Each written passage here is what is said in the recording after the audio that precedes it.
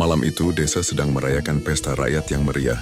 Di tengah riuh rendah suara gamelan Sari, kembang desa yang terkenal karena kecantikannya yang lembut, berdiri di barisan depan penonton.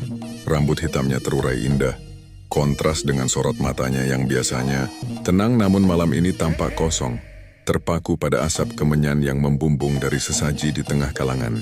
Ketukan kendang tiba-tiba berubah menjadi tempo yang cepat dan menghentah. Entah mengapa, tubuh Sari mulai gemetar hebat. Udara di sekitarnya mendadak terasa dingin menusuk tulang. Sementara aroma melati yang biasa tercium dari tubuhnya berganti menjadi bau tanah basah dan keringat binatang yang menyengat. Tanpa sadar, kakinya mulai melangkah masuk ke area terlarang bagi penonton. Para penari kuda lumping yang sedang kesurupan mendadak berhenti dan menoleh serentak ke arah Sari. Pemimpin ritual, seorang lelaki tua dengan kumis melintang, mencoba menghalangi. Namun Sari mendorongnya dengan kekuatan yang tidak masuk akal bagi seorang gadis ramping. Suara tawa yang berat dan parau keluar dari kerongkongannya.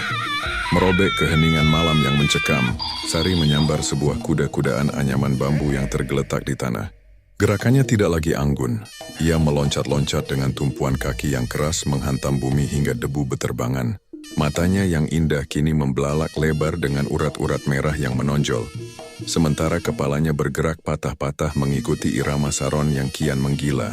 Tanpa rasa sakit, Sari mulai memunguti pecahan kaca yang berserakan di atas nampan ritual.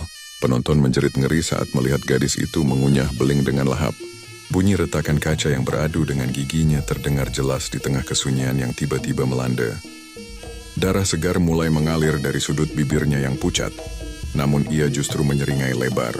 Ia kemudian beralih ke sebuah cambuk besar yang tergeletak di dekat sesaji.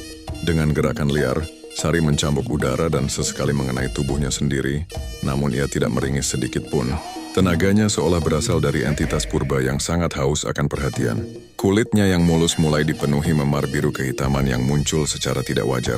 Melihat keadaan semakin tidak terkendali, beberapa pemuda desa mencoba memegangi Sari. Namun gadis itu menggeram layaknya kuda liar yang terpojok. Ia menyepak salah satu pemuda hingga terpental beberapa meter. Kekuatannya berlipat ganda. Dan setiap kali ia meringkik, suara itu terdengar seperti jeritan ribuan jiwa yang tersiksa di dalam satu raga. Pemimpin ritual segera merapalkan mantra tingkat tinggi dan menyemburkan air mawar ke wajah Sari.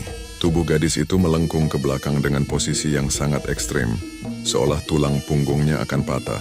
Ia mengerang panjang, sebuah suara rendah yang menggetarkan dada siapapun yang mendengarnya. Sebelum akhirnya ambruk ke tanah tak sadarkan diri, suasana menjadi sunyi senyap seketika. Gamelan berhenti di tabo.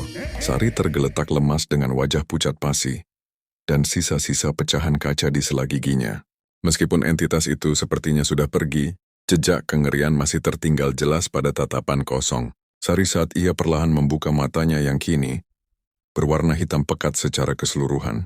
Warga desa membawanya pulang dengan perasaan was-was, namun mereka menyadari satu hal yang mengerikan.